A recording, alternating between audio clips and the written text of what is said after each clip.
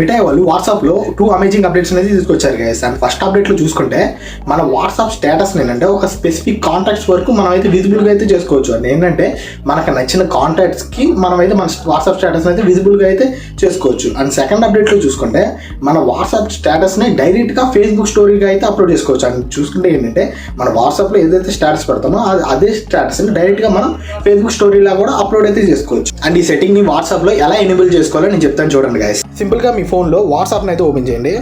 Open చేసిన తర్వాత updates అని ఉంటుంది కదా, అప్డేట్స్లోకి అయితే వెళ్ళండి. అప్డేట్స్లోకి వెళ్ళిన తర్వాత మీకు చూస్తే పక్కన 3 డాట్స్ ఉంటాయి. ఆ 3 డాట్స్ని అయితే క్లిక్ చేయండి.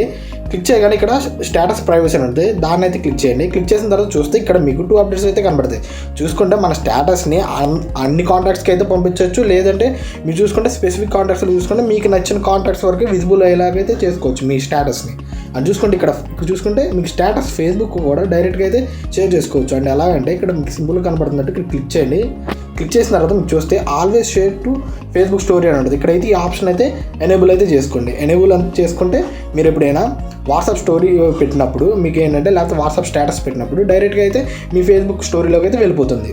అండ్ ఇలాంటి అప్డేట్స్ కోసం మన ఛానల్ అయితే ఫాలో అవ్వండి గైస్.